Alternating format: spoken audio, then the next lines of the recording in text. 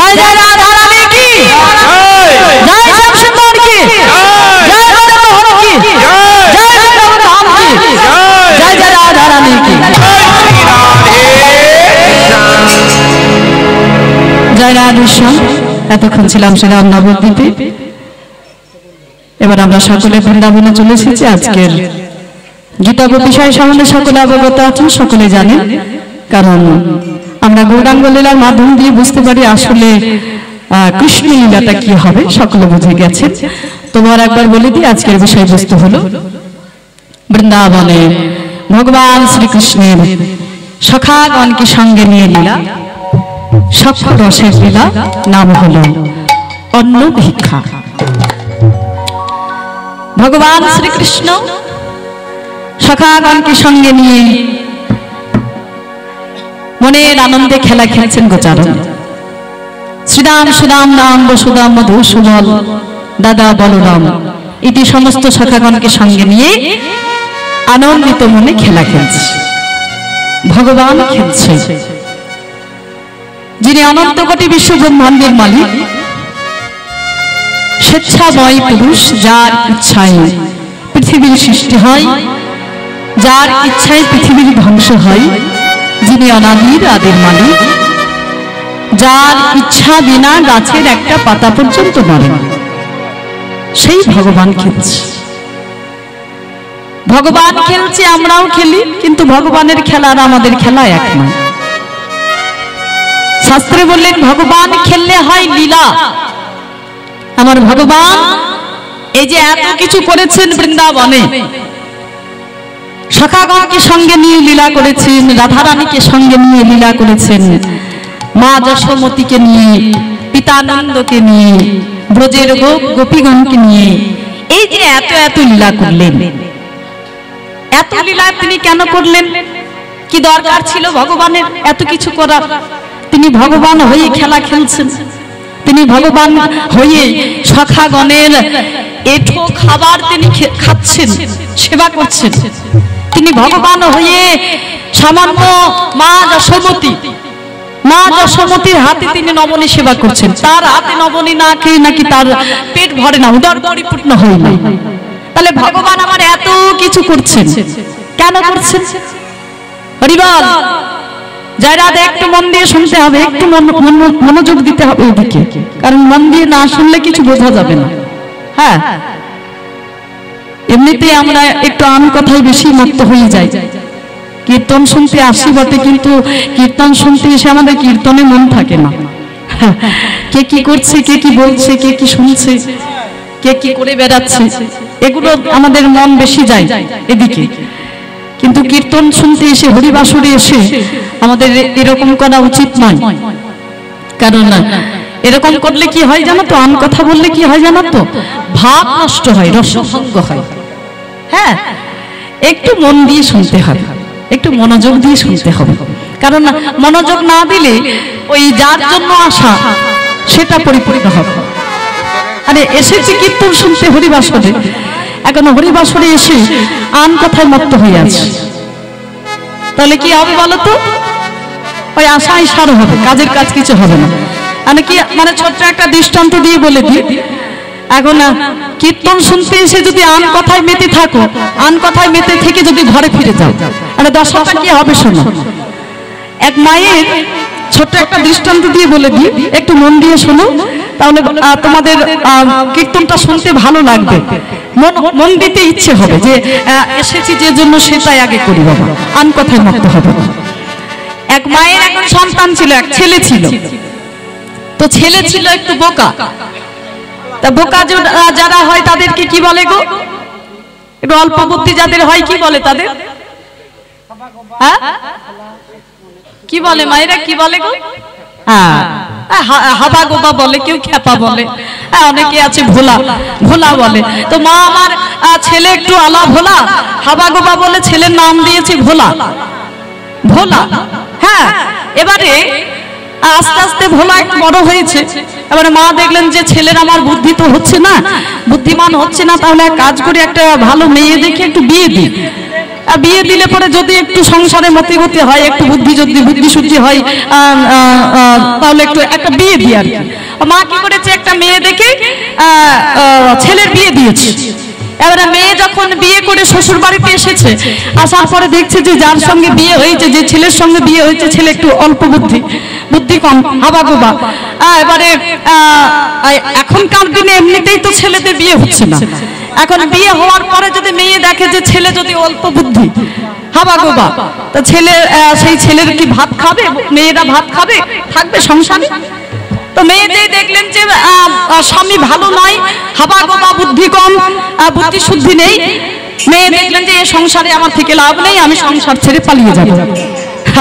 তো বিয়ের কয়েকদিন পরে বউ কি করেছে, সংসার ছেড়ে পালিয়ে গেছে। অনেকদিন কেটে গেছে, বউ আর ফিরছে না, বাড়িতে আসছে না। এবারে মা আমার রেগে গেছে, রেগে গিয়ে ছেলেকে বলে,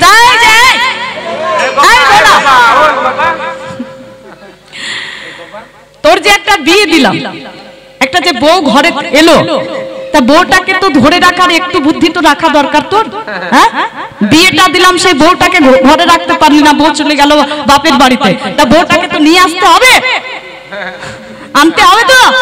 আচ্ছা ঠিক আছে, শান, 1 মাস হয়ে গেছে বউ ফিরছে না, তা আজকে তুই যা, তুই গিয়ে বৌমাকে আমার বাড়িতে ফিরিয়ে আন।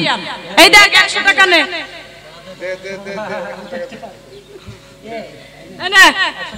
100 টাকা নে। এই 100 টাকা নিয়ে এই বাজার থেকে ভালো মিষ্টি নিবি।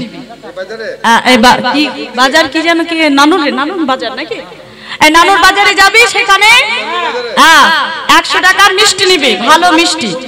ওই দোকানে, ওখানে আছে একটা ভালো দোকান, বড় দোকান আছে, ও দোকানে 100 টাকার মিষ্টি নিবি, নিয়ে বাড়িতে যাবি শাশুড়ি মার, মানে শ্বশুর বাড়িতে।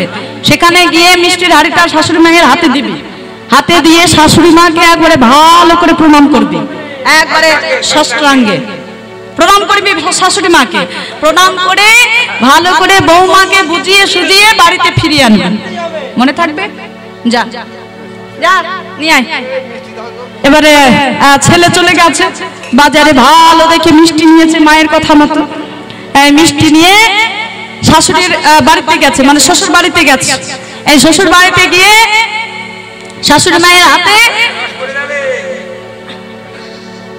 বাবা এসেছো? হ্যাঁ দাও দাও। এই শাশুড়ি মায়ের হাতে মিষ্টির হাঁড়িটা দিয়েছে। এই মিষ্টির হাঁড়িটা দেওয়ার পরে ওই যে মা বুঝিয়ে দিয়েছে যে ভালো করে শাশুড়ি মায়ের চরণে প্রণাম করবি। এবারে ছেলে কি করেছে, একবারে ভালো করে ষষ্ঠাঙ্গে প্রণাম করেছে শাশুড়ি মাকে। লে বাবা, আচ্ছা আচ্ছা ঠিক আছে। এবারে প্রণাম করে যেই উঠেছে, শাশুড়ি মা দেখছে জামাইয়ের সারা মুখে এত দুর্গন্ধ, কতদিন যে দাঁত মাজেনি তার নাই ঠিক, দাঁতগুলো পুরো লাল হয়ে আছে, মুখ দিয়ে বিশ্রী গন্ধ বেরোচ্ছে। শাশুড়ি মা মনে মনে চিন্তা করছে, নিতে তো এসেছে আমার মেয়েকে, কিন্তু এ জামাইয়ের যে অবস্থা, এ মানে আমার মেয়ের তো যাবে না বটেই, এ জামাইকে ঘরেও ঢুকতে দেবে না। এবারে শাশুড়ি মা ছিল একটু বুদ্ধিমতী। এই শাশুড়ি মা কি করেছে, জামাইয়ের হাতে 10 টাকা দিয়েছে। বাবা বাবা এ না, এই 10 টাকাটা না, এই টাকাটা নিয়ে আমাদের এখানে কাছে একটা হাট আছে, বাজার, হ্যাঁ হ্যাঁ, ওই বাজারে ভালো আখ বিক্রি হয়, আখ, হ্যাঁ আখ, হ্যাঁ বড় বড় আখ বিক্রি হয়। এই 10 টাকা দিয়ে তুমি ভালো আখ কিনবে।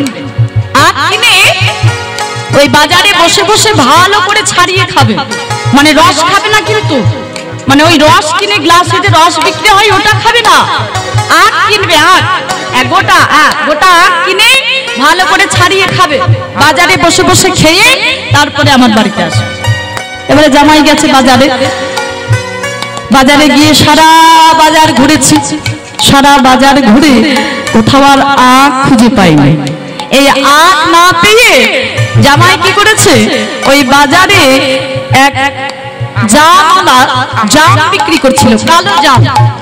তো জামাই মনে মনে চিন্তা করলেন, শাশুড়ি মা আখ খেতে বলেছে, আখ তো পেলাম না, কিন্তু আমি জাম খেতে বড় ভালোবাসি। তাহলে এক কাজ করি, আখ খেতে বলেছে, আখ আর জাম এই একই ব্যাপার, ওটা থেকে রস হয়, এটা থেকে রস হয়, তাহলে আখ আর পেলাম না, তাহলে জাম খেয়ে নি।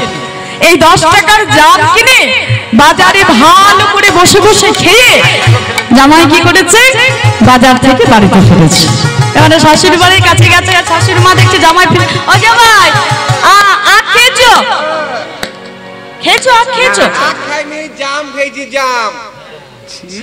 মানে শাশুড়ি মা আখ তো পেলাম না, জাম পেয়েছিলাম, জাম খেয়েছি। শাশুড়ি মা দেখছে যে জামাইয়ের যে দাঁতগুলো একটু সাদা সাদা ছিল, মানে একে তো নোংরা আবর্জনায় ভর্তি ছিল, এবারে যেটুকুই বা সাদা ছিল ওই জাম খেয়ে, কালো জাম খেয়ে সেই সাদাটুকু আর সাদা নেই, পুরো দাঁতগুলো একেবারে কালো হয়ে গেছে। এবারে তোমরা এসেছো হরি নাম শুনতে, হরি কথা শ্রবণ করতে এই হরি বাসরে, আর এই হরি বাসরে এসে যদি এখন তোমরা আন কথায় মত্ত থাকো, নিজেদের কথায় মত্ত থাকো, তাহলে এসেছো মনের ময়লা পরিষ্কার করতে হরি নাম শ্রবণ করে। এখন মনের ময়লা পরিষ্কার করতে যদি এসে যদি আন কথায় মত্ত থাকো, ময়লা পরিষ্কার তো হবেই না, আরো নোংরা আবর্জনা এই মনের মধ্যে ভরে নিয়ে তোমাদের বাড়িতে ফিরতে হবে। চলো, তাই বলছি একটু মন দিয়ে শোনার চেষ্টা করো রাধা গোবিন্দের লীলা কথা। আমার ভগবান এই যে এত এত লীলা করলেন, কেন করলেন? আমাদের মতো কলির জীবকে আনন্দ দেওয়ার জন্য। কারণ ওই যে শাস্ত্রে বললো না যে যদি নাহি জানে কেহ, শুনিতে শুনিতে সে অদ্ভুত চৈতন্য চরি কৃষ্ণ যোগ জীবে প্রীতি জানিবে রাসে রীতি। এ কথা শুনিলে হয় বারাহি, এ কথা শুনিলে হয় বারাহি।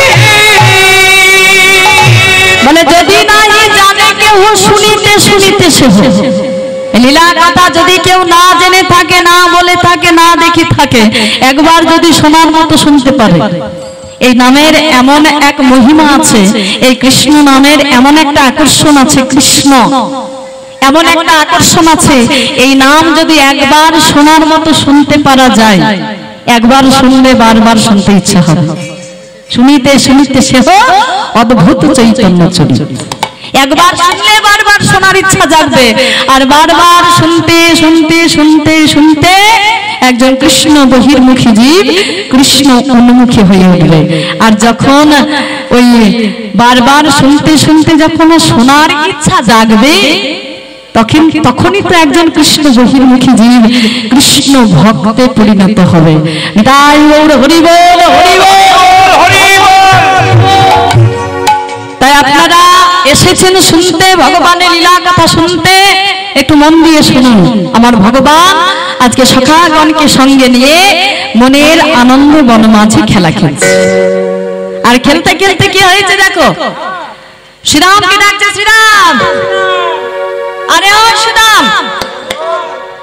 এই বনমাঝে এসে আমরা প্রতিদিন এক খেলা খেলছি। তা প্রতিদিন এক খেলা খেলতে কি ভালো লাগে কি মায়েরা? প্রতিদিন এক খাবার খেতে ভালো লাগে? একটু অন্যান্য দিন মানে এক এক দিন একটু অন্যরকম খাবার খেতে ভালো লাগে, তাই তো? মন চাই তো? এক খাবার খেতেও ভালো লাগে না, এক কাজ করতেও ভালো লাগে না। তো আমার গোবিন্দ বলছে, ওরে শ্রীরাম, ওরে সুদাম, এই বনমাঝে এসে প্রতিদিন এক খেলা খেলছি, এক খেলা খেলতে আমাদের আর ভালো লাগছে না, চলো আজকে একটু অন্যরকম খেলা খেলবো। বলে কি খেলা খেলবি? বলে এই দেখ, এই যতগুলো সখা আছে সমস্ত সখাগণকে গুনে নিয়ে ততটা পাতা ছিঁড়ে নিয়ে পাতা আনা হলো। বলে এই দেখ পাতা নিয়ে এসেছি, এবার কি করব? বলে এক কাজ কর, এই পাতাগুলোর মধ্যে একটা পাতাকে ছিদ্র করে দে। এই পাতাগুলোর মধ্যে ওই ছেঁড়া পাতাটা যার ভাগ্যে পড়বে, ওই সে আজকে সমস্ত সখাগণকে কাঁধে চাপিয়ে গোটা গোষ্ঠ ঘুরবে। এই হলো খেলাগুলো। সখাগণের আনন্দ ধরছে না, নতুন খেলা খেলে। এবারে গোবিন্দ কি করেছে, যে ছেঁড়া পাতাটা, এই ছেঁড়া পাতাটা কি করেছে, শ্রীরামকে দিতে যাচ্ছে। শ্রীরাম বাবা, শ্রীরাম বলছে ভাই ওই ছেঁড়া পাতা তো নেব না, আমি সুদামকে দিতে যাচ্ছে।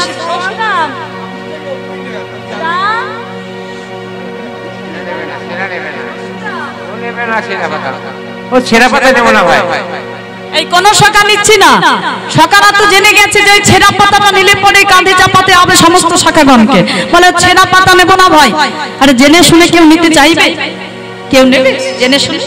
এবারে যখন কোনো শাখা নিচ্ছি না, এবারে এই শাখাদের মধ্যে সব থেকে ছোট ছিল মধুমঙ্গল। এই মধুমঙ্গল বলে কানাই এই পাতাগুলো আমাকে দে তো। পাতাগুলো নিয়েছে, এই পাতাগুলো নিয়ে ওই নাড়িয়ে চাড়িয়ে দিয়ে উপরের দিকে ছিটিয়ে দিয়েছে। শাখাগণ কি করছে, একটা করে পাতা নিচ্ছে। এই পাতা নিয়ে এবারে শ্রীরাম দেখছে যে আমার ভাগ্যে ছেঁড়া পাতাটা পড়লো নাকি, আমার ভাগ্যে পড়েনি। সুদাম দেখছে আমার ভাগ্যে পড়লো নাকি, আমার ভাগ্যে পড়েনি। এই সমস্ত শাখাগণ দেখছে যে কারোর ভাগ্যেই ছেঁড়া পাতাটা পড়েনি, তাহলে ছেঁড়া পাতাটা পড়লো কার ভাগ্যে? পড়লো আমার ভাই কানাইয়ের ভাগ্যে। এবারে শাখাগণ বলে কানাই চোর, কানাই চোর, কানাই চোর। আরে তোরা আমাকে চোর বলতে পারলি? হ্যাঁ, আমাকে চোর বলতে পারলি? আমি যে চোর, আমাকে যে চোর বলছিস, আমি যে চুরি করি বলে তো আমাকে চোর বলছিস? তা চুরি যে করি আমি, ওই যে প্রজাপতিদের ঘরে ঘরে নবনী চুরি করি, আমি চুরি করি কি একা খাই? আমি একা খাই, তোরা খাস না, তাহলে আমাকে কেন চোর বলছিস? একদম আমাকে চোর বলবে না। আসলে গোবিন্দকে কেউ চোর বললে খুব রাগ করতেন। হ্যাঁ, মানে একেই তো এই যে নাম ছিল না যে চোরা কানাই, যেহেতু চুরি করতো বারবার, যার জন্য নাম দিয়েছিলেন চোরা কানাই। তো এবারে কেউ যদি চোর বলতো তাহলে বড্ড রাগ করতেন, তো বলে চোর আমাকে বলবি না। এই শাখাগণকে সঙ্গে নিয়ে আমার গোবিন্দ খেলা খেলছেন। এবারে শাখাগণ বলছে এই যে এই কানাই, তোর ভাগ্যে তো ছেঁড়া পাতাটা পড়েছে, তাহলে তোকে এখন আমাদের শাখাগণকে কাঁধে চাপিয়ে গোষ্ঠ ঘুরতে হবে। বলে ওরা আমি পারবো না। বলে কানাই পারবো না বললে তো হবে না, খেলার নিয়মটা যখন তুমি সৃষ্টি করেছো, নিয়মটা যখন তুমি করেছো, পালন তো তোমাকে করতে হবে। সৃষ্টি যখন তুমি করেছো, সৃষ্টি পালন তো করতে হবে। হরি বল। এবারে শাখাগণ যখন কোনো মতেই মানছেন না, কোনো মতেই ছাড়লেন না, শাখাগণকে বলেন এই তাহলে আয় আয় আয়, এক এক করে আয় আমার কাঁধে চাপ, চল আমি গোষ্ঠ ঘোরাচ্ছি। এই এক এক করে কাঁধে চাপাচ্ছে, কাঁধে চাপিয়ে গোটা গোষ্ঠ ঘুরছে। আজ ভগবানের আনন্দ ধরছে না, মানে সপ্তরসের ভক্তগণের স্মরণ পেয়েছি তো দুঃখ মাঝে, আজ আনন্দ ধরছে না। খেলা তো নন্দ দুলা খেলা খেলে গো, খেলা তো নন্দ দুলা খেলা খেলে গো, খেলা তো নন্দ দুলা খেলা খেলে গো,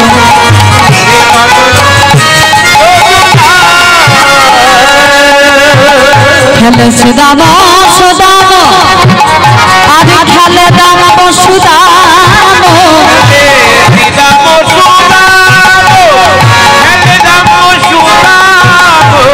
খেলে শ্রীরাম সুদাম খেলা খেলে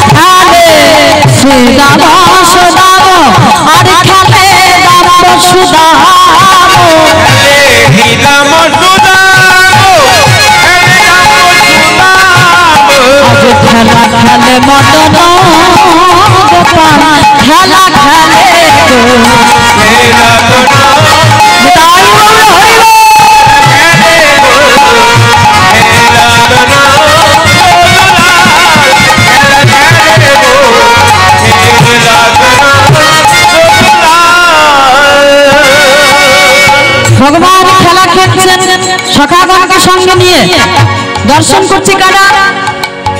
হরিবল। বনমাঝে তো সেখানে আমার ভগবান সখাগণ, তারা ছাড়া তো আর কেউ ছিল না, কিন্তু খেলা দেখছে। কারা দেখছে?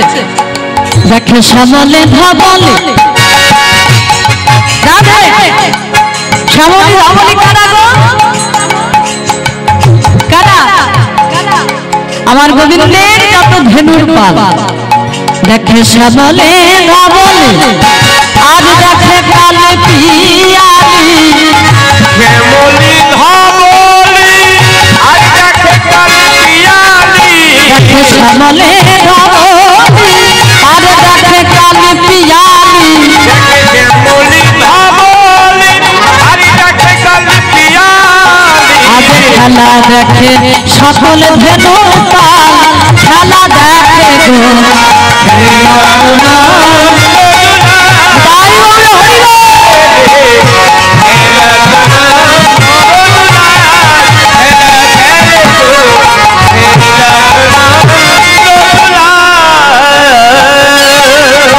মনের আনন্দে সখাগণকে সঙ্গে নিয়ে আমার ভগবান খেলছে, ভগবান খেলছে। শাস্ত্রী বলে ভগবান কাকে ভগবান বললেন, কেন ভগবান বললেন? যদিও ভুলবশত আমরা অনেককেই ভগবান বলে দিই, তাই না মায়েরা? যারা মায়েরা ভুল করে আমরা অনেককে ভগবান বলে দিই না? যেমন মা কালী, মা দুর্গা, লক্ষ্মী, গণেশ, শিব, সরস্বতী, অনেক সময় কি করে এদেরকে ভগবান বলে দিই না? হয়তো কোনো একটা শুভ কাজে যাচ্ছি, সম্মুখে দেখলাম একটা কালী মন্দির বা দুর্গা মন্দির, শিব মন্দির, সম্মুখে দাঁড়িয়ে গেলাম, তাকে ভগবান বলে দিলাম। কিন্তু একটা কথা মনে রাখবে, তারা কিন্তু ভগবান নয়, ভগবান একজন। তিনি কে? শাস্ত্রে বললেন ভগবান, ভগযুক্ত বান। ভগ শব্দের অর্থ কি আর বান শব্দের অর্থই বা কি? ভগ শব্দের অর্থ হলো ঐশ্বর্য, আর বান শব্দের অর্থ হলো আছে। যার ঐশ্বর্য আছে তিনি ভগবান। তাহলে ঐশ্বর্য বলতে কি বোঝাচ্ছে মায়েরা? কাকে বলে ঐশ্বর্য? আমরা বলি না যে অমুক মানুষটি ঐশ্বর্যশালী, তাহলে ঐশ্বর্য বলতে কি বোঝাচ্ছে? গাড়ি বাড়ি, টাকা পয়সা, ধন দৌলত, এগুলোকেই বলছে ঐশ্বর্য। তাহলে যিনি গাড়ি বাড়ি, টাকা পয়সা, ধন দৌলতের মালিক, তিনি কি ভগবান? হরিবল। আমাদের এই প্রাকৃত জগতে বলতে গেলে কিন্তু তাই বটে গো। যার গাড়ি বাড়ি, টাকা পয়সা, ধন দৌলত আছে, তাকে সবাই ডেকে কথা বলবে, আর যার কিছুই নেই, পথের ভিখারি কাঙাল, তার দিকে একবার ফিরেও চাইবে না। তাহলে প্রাকৃত জগতে যার ঐশ্বর্য আছে তিনি ভগবান। কিন্তু শাস্ত্রে বললেন এই ঐশ্বর্য সেই ঐশ্বর্য না। শাস্ত্রে বললেন সর ঐশ্বর্যতম যিনি, যিনি 6টি ঐশ্বর্যের পূর্ণতম মালিক, তিনি হলো ভগবান। সে 6টি ঐশ্বর্য কি কি? শাস্ত্রে বললেন ঐশ্বর্যস্য সমগ্রস্য বীর্য সুজস্য শ্রিয় জ্ঞান বৈরাগ্যৈশ্চৈব সন্ন্যাং ভগ ইতি।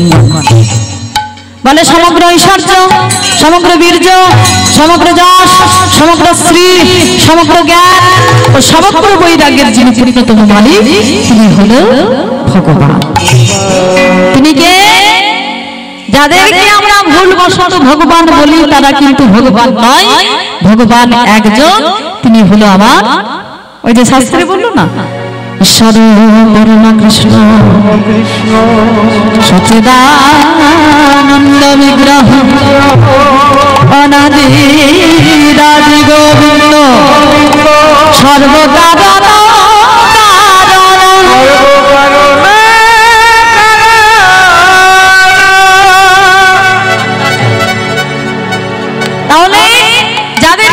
ভগবান বলছি তারা ভগবান নয়, ভগবান একজন। তিনি কে? তিনি হলো আমার নন্দের নন্দন শ্রীকৃষ্ণ।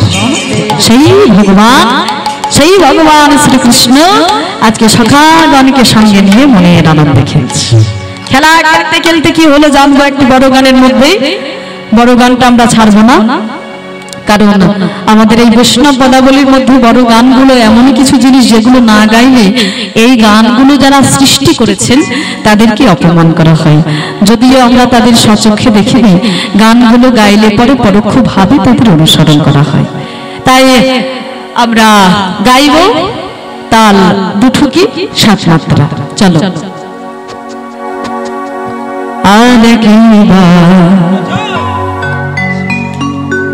আরে কিবার শ্রীন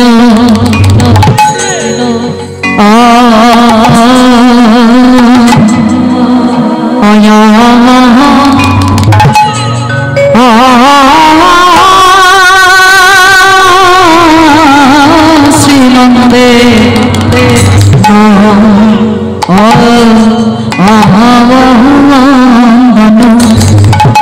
শ্রীনন্দের নন্দন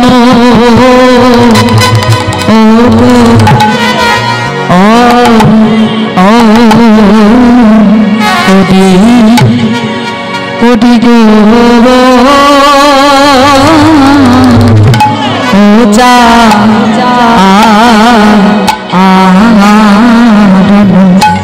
শ্রীনন্দের নন্দন কোটি গোচারণ মনে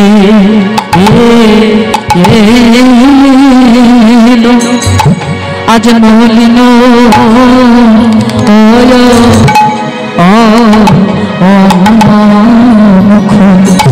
মলিন শশী ও শশী রে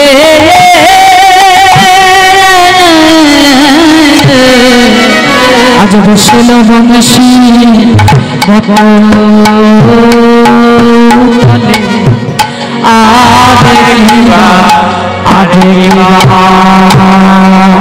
শ্রী আয়া আয়া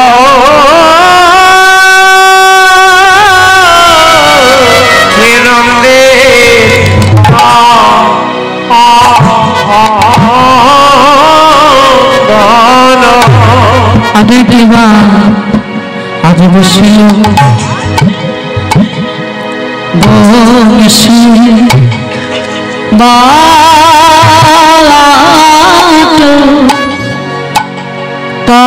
তালে আজ বসিল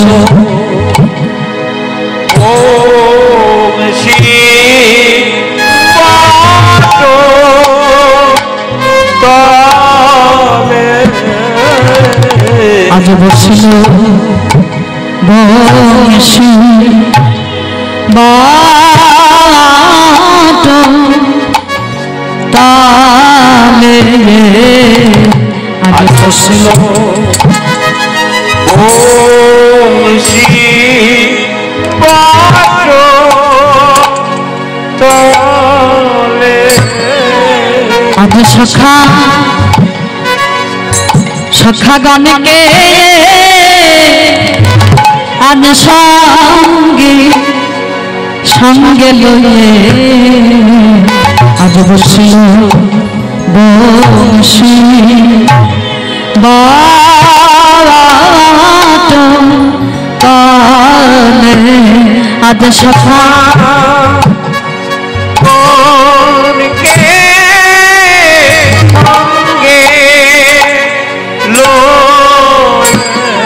আজ খেলা খেলাতে সংযুক্ত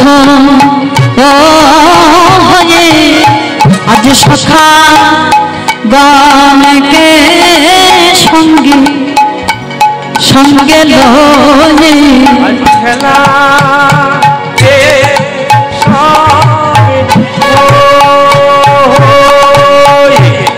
আজি বসল বংশী বাট তালে আজ সখা গণকে সঙ্গে সঙ্গে লয়ে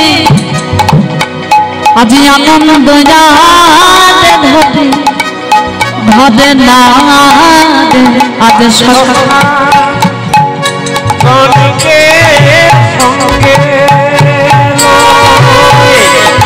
আজ আনন্দ আর ধরে তাদের আজি আনন্দয়া ধরে ধরে না আজ বসল বংশী বট তলে আজ খেলা যুদ্ধ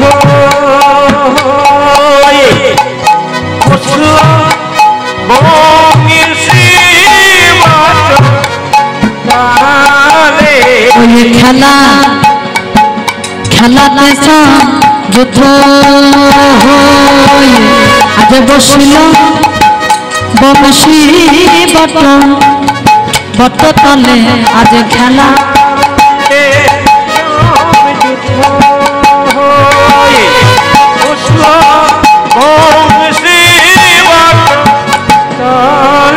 আজ খেলাতে সব যুদ্ধ হয়ে আজ বসল বংশী বট তাহলে আজ খেলা সব যুদ্ধ হয়ে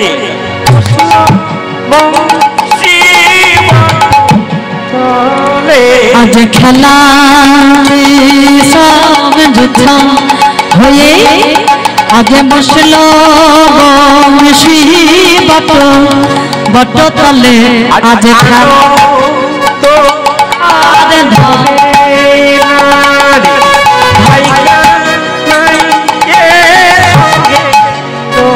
তাদের রাজনানন্দ আদে ধরে না বসল বংশী বট তাহলে আজ আনন্দ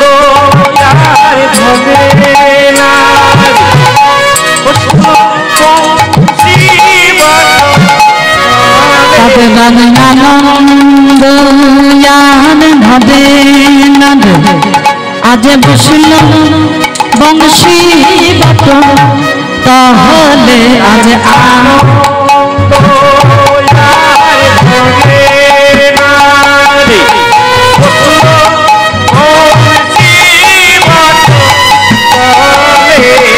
খেলাতে সমযুদ্ধ হয়ে আজ বসল বংশী বট তাহলে আজ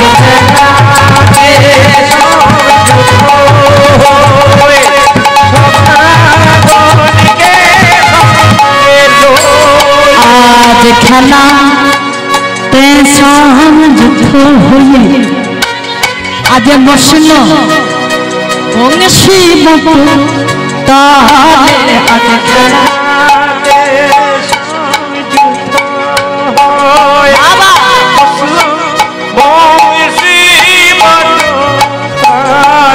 আজ খেলা সমযুদ্ধ হয়ে আজ বসল বংশী বট তাহলে আজ খেলা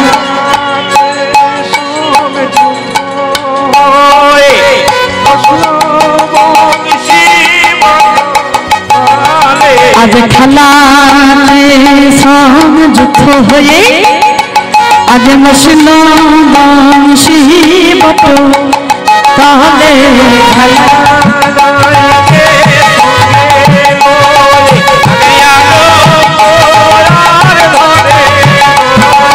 আজ ভয় কানাই আজ সঙ্গে তাদের আনন্দ আজ ধরে না হবে ভয়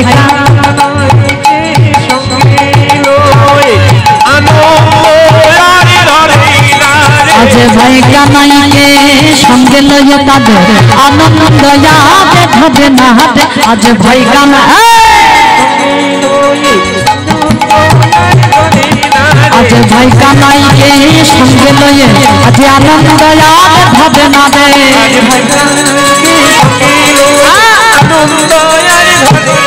আজ ভাই কানাইকে সঙ্গে লয়ে আজ বসল বংশী বট তলে সঙ্গে লয়ে বসল বংশী আজ ভাই কানাইকে সঙ্গে লয়ে আজ বসল বংশী বট তলে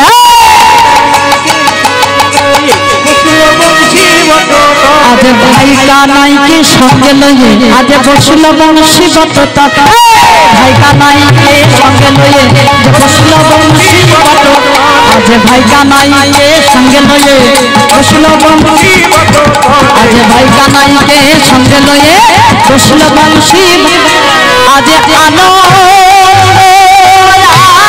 ভাবে আজ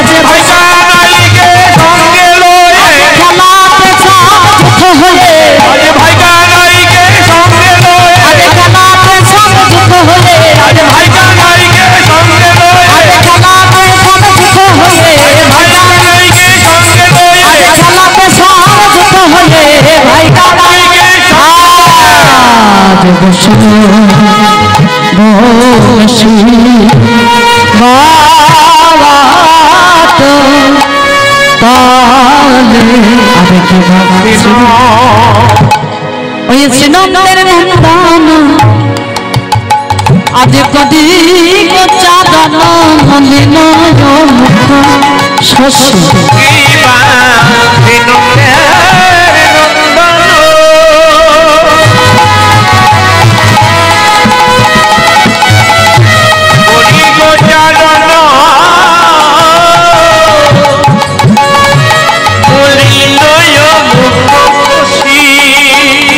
आदि संगे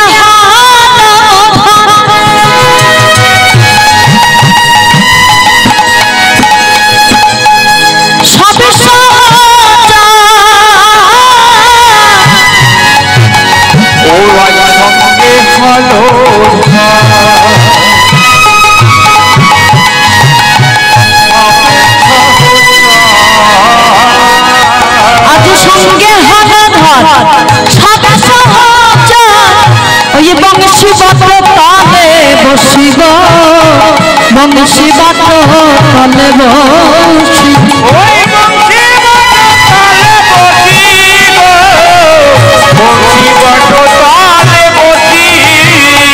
आज सकल राखालो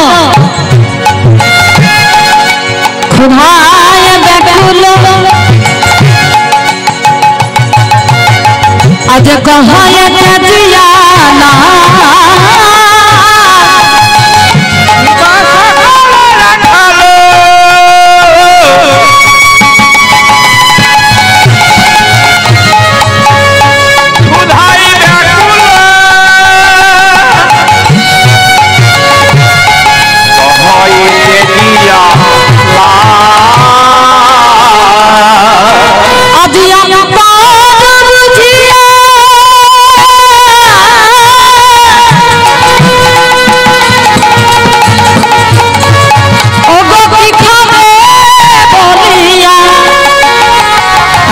छाया रखा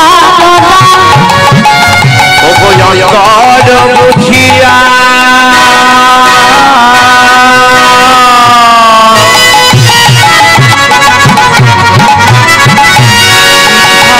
बोलिया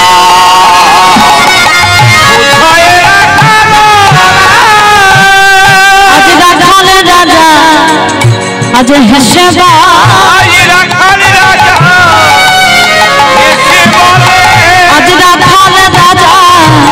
हेसे बोले आज राखाल राजा हेसे बोले ओगो की खाइबे बोलिया मारे आज राखाल राजा हेसे बोले ओगो की खाइबे बोलिया मारे तो राजा खाइबे आज ताई खाबो की खाइबे बोलिया मारे तो राजा खाइबे आज ताई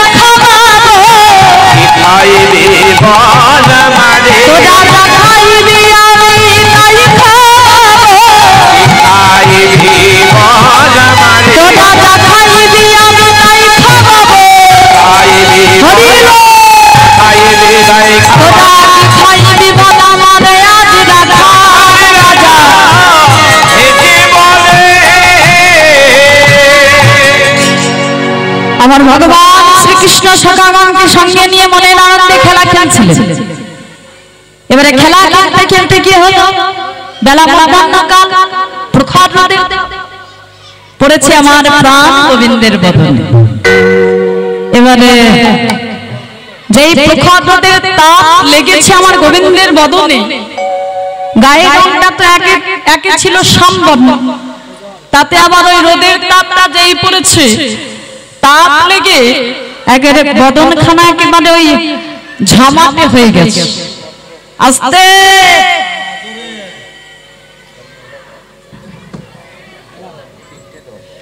জয় রাধে।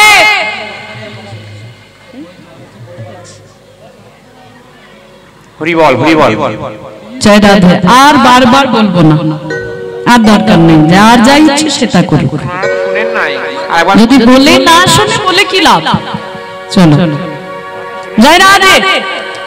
তাহলে গোবিন্দের গায়ে রংটা একে তো ছিল শ্যামবর্ণ, এবারে রোদের তাপটা যেই লেগেছে, ওই রোদের তাপ লেগে একেবারে বদনখানা ঝামাতে হয়ে গেছে।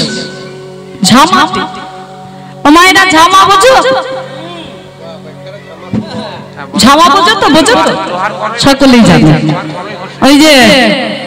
ওই যে কড়াই হাঁড়িগুলো বেশি পুড়ে গেলে ওই মাজার জন্য যেগুলো ব্যবহার করা হয়, হ্যাঁ, সেগুলোকে ঝামা বলে, তাই তো? তো এবারে আমার গোবিন্দের গায়ের রংটা একে তো ছিল শ্যামবর্ণ, তাতে যেই ওই রোদের তাপটা লেগেছে মধ্যাহ্নকালে, একবারে বদনখানা ঝামাতে হয়ে গেছে। তো সখাগণ যেই দর্শন করেছে, তাদের ভাই কানাইয়ের এই বদন দর্শন করে তারাও সইতে পারছে না। আমাদের ভাই কানাই এত কষ্ট পাচ্ছে, আমাদেরকে নিয়ে খেলা খেলতে খেলতে, আমাদের সঙ্গে খেলতে খেলতে কানাই এত কষ্ট পাচ্ছে, সে আবার আমাদের জন্য। তারা তো ছিলেন সক্ষরসের ভক্ত, তারা তো আমার গোবিন্দকে নিজের থেকে বেশি ভালোবাসতেন। তারা ভাই কানাইয়ের কষ্ট কখনো দেখতে পারতেন না। হ্যাঁ, তারা সব সময় কৃষ্ণ সুখে সুখী ছিল, তারা কৃষ্ণ দুঃখে দুঃখী ছিল। এতক্ষণ গোবিন্দ সুখী ছিল, তাই তারাও সুখী ছিল। এবারে মনে মনে চিন্তা করেন, আমাদের ভাই কানাইয়ের বদনখানা শুকিয়ে গেছে, মলিন হয়ে গেছে, ঝামাতে হয়ে গেছে, তাহলে নিশ্চয়ই আমাদের ভাই কানাই কষ্ট পাচ্ছে। তার কষ্ট আমরা কেমন করে শুনবো? তো সখাগণ বলছে, কানাই, এই কানাই, এই তোকে আর খেলতে হবে না ভাই, তোর বদনখানা মলিন হয়ে গেছে, শুকিয়ে গেছে, তুই এক কাজ কর, ওই বংশী বটের ছায়ায় গিয়ে বস। এবারে যে এই কথা বলেছে, আমার গোবিন্দ বললেন, ওরে সখা, আমরা আর কেউ খেলবো না, চলো আমরা সকলে মিলে আমরা ওই বংশী বটের ছায়ায় গিয়ে বসবো। বসলেন বংশী বটের ছায়া। এবারে যেই বসেছে, অনেকখানি বেলা হয়েছে তো মায়েরা, এখন সেই প্রভাতকালে মায়ের কাছে ক্ষীরসৎ নবনী খেয়ে এসেছেন সখাগণ। অনেকখানি বেলা হয়ে গেছে, বেলা মধ্যাহ্নকাল। সখাগণের বড্ড ক্ষুধা পেয়ে গেছে, কিন্তু ক্ষুধার কথাটা ভাই কানাই কি মুখ ফুটে বলতে পারছে না। মনে মনে চিন্তা করছে, আমাদের ক্ষুধার কথা সেটা আবার ভাই কানাইকে কেমন করে বলবো, হ্যাঁ, কোন মুখে বলবো তাকে, কেউ বলতে পারছে না। কিন্তু আমার গোবিন্দ, তিনি তো অন্তর্যামী, তিনি তো অন্তরের কথা, সবার অন্তরের কথা তিনি জানতে পারেন, তিনি অন্তর্যামী। হ্যাঁ, কারণ ওই যে বলেছে না, অন্তরে তুমি আছো চিরদিন, অন্তরে জানি, তিনি তো অন্তরে জানি, তিনি তো ভক্তের অন্তরের কথা সদা সর্বদা তিনি জানতে পারেন। হ্যাঁ, তো যেই জানতে পারলেন সখাগণের বড্ড ক্ষুধা পেয়েছে, আমার গোবিন্দ তিনি আর থেমে থাকলেন না। এবারে সখাগণের কাছে গিয়ে যায়, তোদের বড্ড ক্ষুধা পেয়েছে? এবারে যেই জিজ্ঞাসা করেছে সখাগণ তাও বলতে পারছে না। এই শ্রীরাম, এই তুই বলে দে না, এই বল, তোর খিদে পাইনি, তুই খাবি না? খাবি না? শ্রীরাম বলছে, ভাই রে, ভাই কানাইকে ক্ষুধার কথা বলতে পারবো না। তুই বলে বলে, আমি আর কি করে বলবো? তুই যদি বলতে না পারিস আমি কেমন করে বলবো? এই কোন সখা যখন বলতে পারছে না, আমার গোবিন্দ ওই সখাদের মধ্যে সব থেকে ছোট ছিল বটু। এই যে বটু, ভাই আয় আমার কাছে। আচ্ছা, তোর বড্ড ক্ষুধা পেয়েছে না? এবারে মুখ ফুটে বলতে তো পারছে না, কিন্তু জানাতে চাইছে যে হ্যাঁ ক্ষুধা পেয়েছে। এবারে আমার ভগবান বললেন, এই যে এই যে এই সখা, এই বটু, আজকে এই বন মাঝে তুই আজকে যা খেতে বলবি, তুই যা খাবো বলবি, আজকে এই বন মাঝে আমি তোকে তাই খাওয়াবো। এবারে যেই এই কথা বলে দিয়েছে আমার গোবিন্দ, বটু দেখলেন এই সুযোগ, এই সুযোগে একটা ভালো খাবারের মানে আদেশ করবো আমাদের ভাই কানাইকে। মানে অন্যান্য দিন ওই ঘর থেকে ক্ষীর সত্যবনী নিয়ে আসি, সেগুলো খাই, এই বনের ফলমূল সেগুলোও খাই, কিন্তু এই বনের মাঝে কোনোদিন আমরা অন্ন সেবা করব। তো আজকে ভাই কানাইকে এই বন মাঝে অন্ন সেবা করার কথা বলবো। বটুকা, হে ভাই,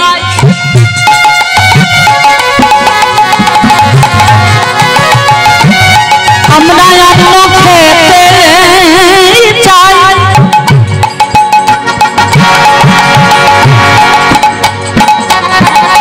তুমি যদি খাওয়াইতে পারো, বটুকা, হে ভাই,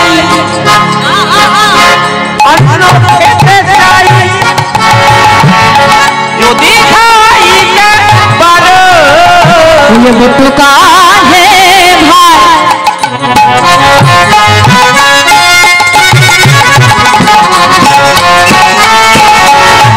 অন্ন খেতে চাই, তুমি যদি খাওয়াইতে পারো, বটুকা, হে ভাই, অন্ন খেতে চাই, যদি খাইতে পারো। আমরা তবে সুখ পাইব ধন চড়াই, আমরা তবে সুখ পাইব ধন চড়াই, কিছু নাহি চাই আরে গো, কিছু নাহি চাই,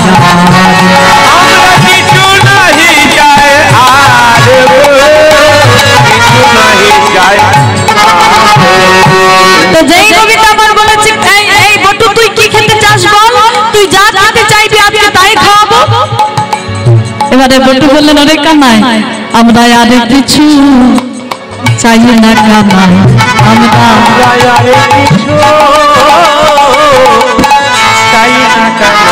তুমি যদি অন্ন আমাদের খাওয়াতে পারো, আমরা আর কিছু চাই না কানাই।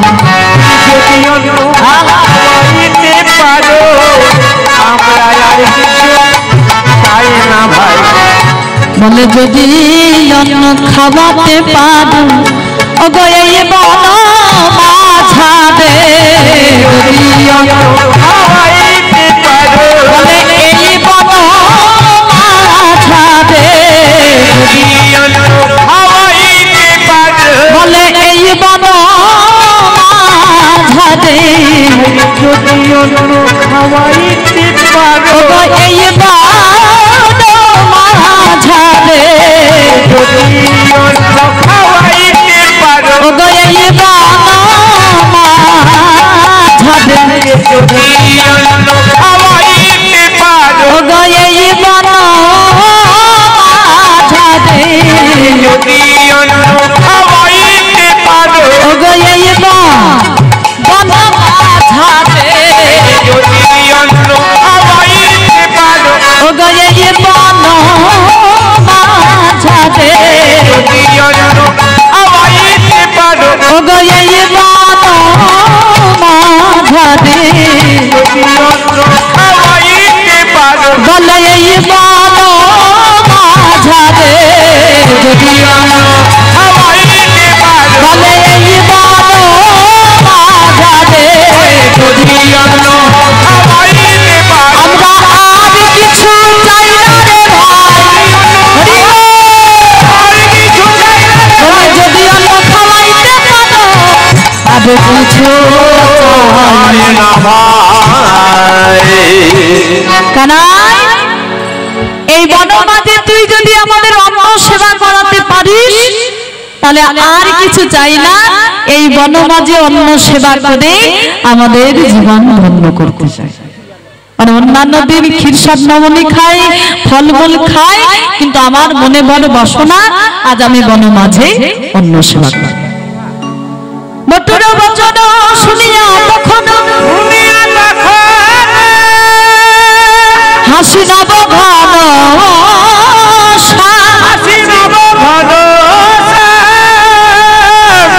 এই উদ্ধব দাস চিরদিনে রাস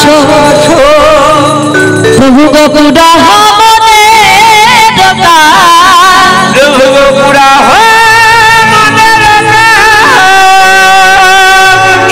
তো বটু যে অন্ন সেবা করতে চাইলেন, আমার গোবিন্দ সখাগণের মনোবাঞ্ছা পূর্ণ করার জন্য তিনি চিন্তা করতে লাগলেন যে কিভাবে মনোবাঞ্ছা করা যায়, কিভাবে মনোবাঞ্ছা পূর্ণ করব।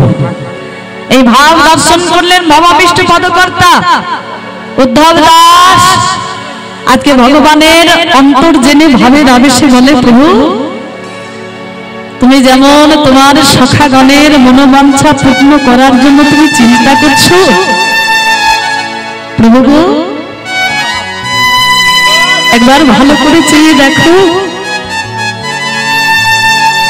আমিও যে সেই আশার আশায় বসে আছি। কবে তোমার ওই চরণ কোনার কোনা প্রসাদ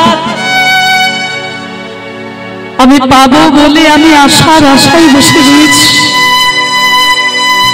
একবার কৃপা করে দয়াময়, একবার কৃপা করে তোমার ওই চরণ রূপী প্রসাদ দিয়ে তুমি আমার জীবন ধন্য করো, আমি বড় আশা করে বসে আছি।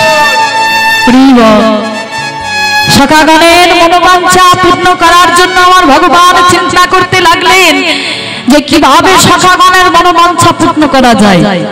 আজ আমার ভগবান এই সখাদের মনোবাঞ্ছা পূর্ণ করতে গিয়ে, অন্ন ভিক্ষা লীলা করতে গিয়ে তিনি আজকে জগতের জীবকে শিক্ষা দিয়ে গেলেন যে কোন ভক্ত যদি মন প্রাণ একত্রিত করে আমার সেবা করতে পারে আমি তার সেবা গ্রহণ করি, কিন্তু কেউ যদি অহংকার করে আমার সেবা দেয় আমি সেই সেবা কখনো গ্রহণ করি না। কোন ভক্ত যদি অহংকার করে সেবা দেয় সেই সেবা গ্রহণ করি না আমি, কিন্তু কোন ভক্ত যদি মন তুলসী নিবেদন করে মন প্রাণ একত্রিত করে যদি সেবা দেয় সেই যে যাই দেখ না কেন আমি সেই সেবা গ্রহণ করি। আর এটা জগতের জীবকে শিক্ষা দেওয়ার জন্য আমার ভগবান আজকে এই অন্ন ভিক্ষা লীলা করলেন। এবারে যেই বটু বললেন অন্ন সেবা করতে চাই, আমার গোবিন্দ মনে মনে চিন্তা করলেন যে কিভাবে তাদের মনোবাঞ্ছা পূর্ণ করা যায়। মনে মনে চিন্তা করলেন যে আজকে বৃন্দাবনে কতগুলো মুনিগণ, বড় বড় মুনিগণ আজকে বৃন্দাবনে যজ্ঞ করছে, তো আমি এক কাজ করব, আমার সখাগণকে সেই মুনিগণের কাছে পাঠাবো। দেখা যাক মুনিগণ আজকে অন্ন সেবা দিয়ে আমাকে অন্ন দান করে তারা কি পরীক্ষায় উত্তীর্ণ হতে পারে, নাকি আমার সখাগণকে ফিরিয়ে দিয়ে তারা তাদের অহংকার, তাদের মনের যে অহংকার সেটা প্রমাণ করে। আর ওই মুনিগণের পরীক্ষা নেওয়ার জন্য আমার ভগবান কি করলেন, আজকে শ্রীরাম সুদামকে ডাকলেন। আজ শ্রীরাম সুদামে ডাকি কহে কানা, শ্রীরামে সুদামে ডাকি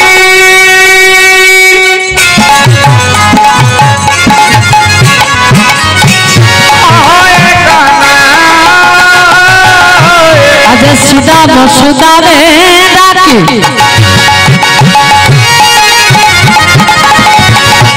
কহে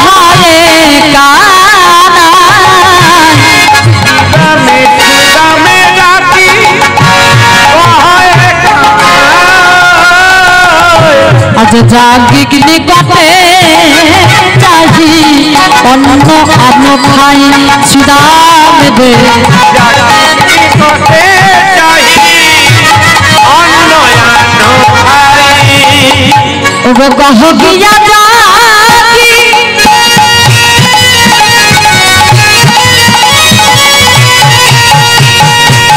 ব্রাহ্মণ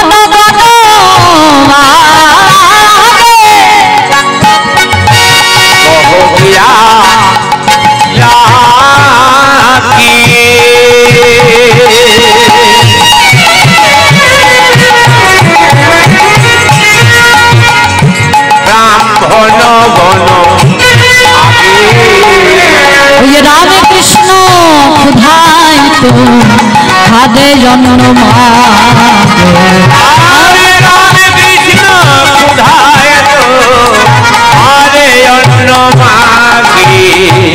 আমার গোবিন্দ শ্রীরাম সুদামকে ডেকে বললেন ওরে শ্রীরাম ওরে সুদাম তোরা আজকে যাবি ওই বৃন্দাবনে কতগুলো মণিগণ যজ্ঞ করছিস তারা আমার সেবা দেবে বলে তারা যজ্ঞ শুরু করেছে আজকে তোরা যাবি ওই মণিগণের কাছে আর ওই মণিগণের কাছে গিয়ে আমার কথা বলবি দেখবি তোদের নৈরাশ হয়ে ফিরতে হবে না তোদের মনোবাসনা পূর্ণ হবে তোদের মনোবাসনা পূর্ণ হবে তোদের নৈরাশ হতে হবে না তোদের মনোবাসনা পূর্ণ হবে বলে ওরে আমার শ্রীরাম ওরে আমার শ্রীরাম বলে ওরে আমার শ্রীরাম ওই নৈরাশ হতে হবে না বাসনা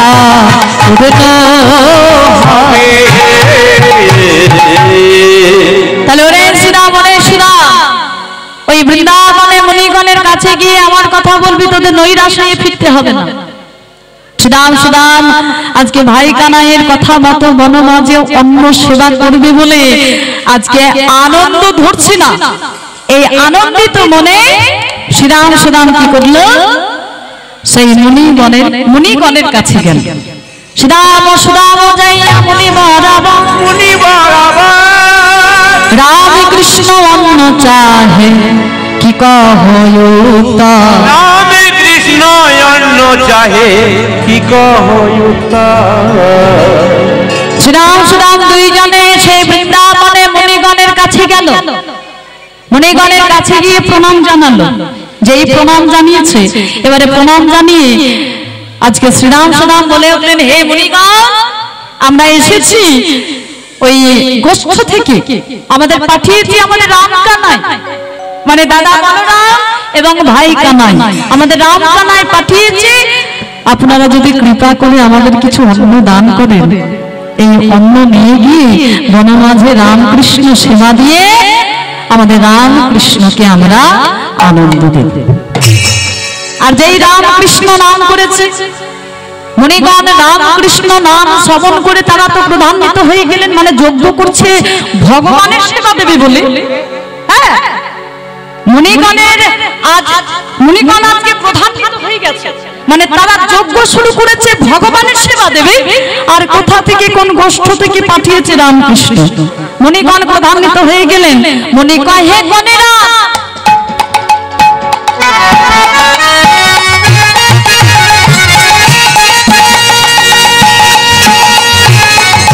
কৃষ্ণ তাহা শুনি মনে কহে ও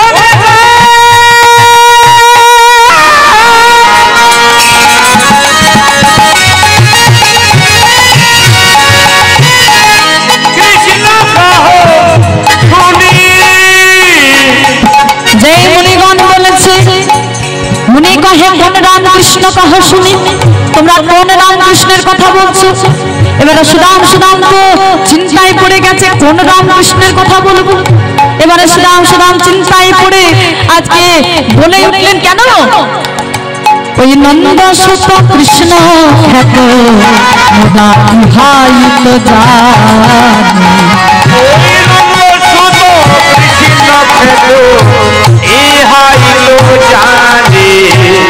শ্রীরাম শ্রীরাম আজকে মুনিগণের কাছে বলে উঠলেন কেন ওই নন্দ সুত সুত মানে পুত্র আসতে তাহলে নন্দ সুত কৃষ্ণ খ্যাত তাহলে নন্দের নন্দন মানে নন্দের পুত্র যার নাম হলো কৃষ্ণ সে কৃষ্ণ নামে খ্যাত বৃন্দাবনের সকলে তার নাম জানে আর আপনারা আমাদের ভাই কানাইয়ের নাম জানেন না তাহলে নন্দ সুত কৃষ্ণ খ্যাত ইহাই তো জানে আর যেই নন্দের নন্দন যেই বলেছে শ্রীরাম সুদাম মুনিগণ একটু ভান্বিত হয়ে গেলেন এত বড় স্পর্ধা ওই গোয়ালার ছেলে আমরা ভগবানের সেবা দেব বলে যজ্ঞ শুরু করেছি আর ওই গোয়ালার ছেলে আমাদের কাছে পাঠিয়েছে তোমাদের ভিক্ষা করতে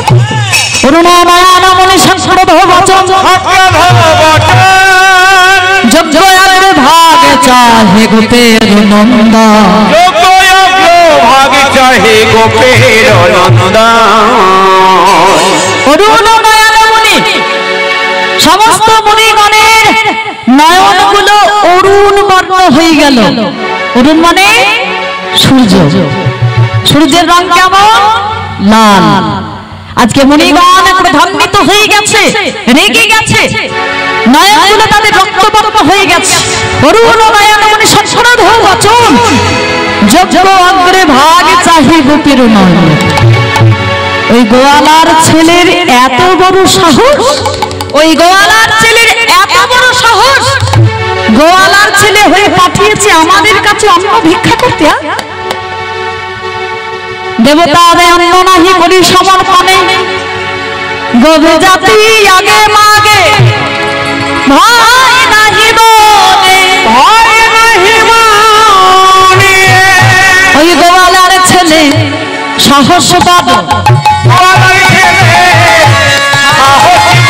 ওই গোয়ালার ছেলের সাহসবাদ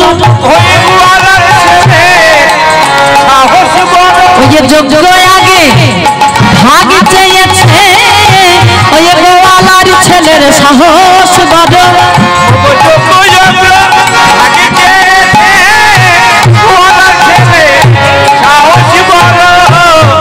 মুনিগণ হয়ে বললেন ওই গোয়ালার ছেলের এত বড় স্পর্ধা এত বড় সাহস আমরা দেবতাকে এখনো অন্ন সমর্পণ করলাম না যে দেবতাকে অন্ন দেব বলে যে দেবতার পূজা করব বলে আমরা যজ্ঞ শুরু করেছি সেই দেবতাকে অন্ন সমর্পণ করা হলো না আর এই গোয়ালার ছেলে পাঠিয়েছে আমাদের কাছে অন্ন ভিক্ষা করতে অন্ন পর্যন্ত দেব প্রভান্বিত হয়ে গেলেন এবারে যেই এতগুলো কথা বললেন মুনিগণ রেগে গিয়ে যে এতগুলো কথা বললেন বেরিয়ে যাও এক অন্ন পর্যন্ত দেব না গোয়ালার ছেলে এত গালাগালি করলেন এত খারাপ খারাপ কথা বললেন এত মন্দ ভাষায় কথা বললেন আর এই কথা শ্রবণ করে শ্রীরাম সুদাম দুটি নয়ন জলে ভেসে যাচ্ছে কানাই তুই আমাদের এমন জায়গায় পাঠালি রে তোর নাম বলাতে তারা তো আমাদের অন্ন দিলই না আবার তোর নামে আমাদের কাছে কত কটু মানে শোনা এই বৃন্দাবনে জন্মগ্রহণ করে এত বড় হয়েছি বটে কিন্তু কোনদিন তোর নামে নিন্দা শুনি নাই রে বৃন্দাবনে জন্মগ্রহণ করে আজ পর্যন্ত তোর নামে কোনো কটু বাণী শুনি নাই খারাপ কথা শুনি নাই আজকে তুই এমন জায়গায় পাঠালি কানাই তুই কি জানতিস না রে ভাই এই স্থানে গেলে তোর নামে আমাদের কাছে নিন্দা শুনতে হবে আমাদের নিন্দা শুনতে হবে তুই কি জানতিস না কানাই তবে তুই যদি জানতিস তাহলে তুই এমন জায়গায় তুই আমাদের কেন পাঠালি? আমরা যে সব কিছু সহ্য করে নিতে পারি, কিন্তু কানাই আমরা যে তোর নামে নিন্দা শুনতে পারি না রে। আমাদেরকে যদি আমাদের প্রাণে যদি কেউ দুঃখ দেয়, আমাদেরকে যদি কোনো কষ্ট দেয়, আমাদেরকে যদি কেউ কোনো যন্ত্রণা দেয়, সেগুলো তো আমরা সহ্য করে নিতে পারি রে। কিন্তু কানাই তোকে যদি কেউ দুঃখ দেয়, তোকে যদি কেউ কোনো কটু কথা বলে, আমরা যে সেটা সইতে পারি না, সহ্য করতে পারি না, তাহলে তুই এমন জায়গায় আমাদের তুই কেন পাঠালি? শ্রীরাম শ্রীরাম মুনিগণের কাছে কটু কথা শুনে, ভাই কানাইয়ের নামে নিন্দা শুনে, ভাই কানাইয়ের নামে গালাগালি শুনে শ্রীরাম শ্রীরাম ফিরে এলেন। নিন্দা শুনে শ্রীরাম আদি ফিরিয়া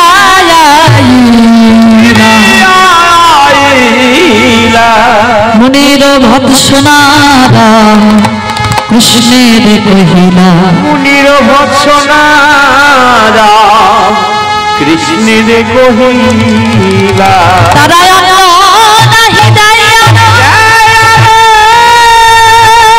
কহে কটুবাণী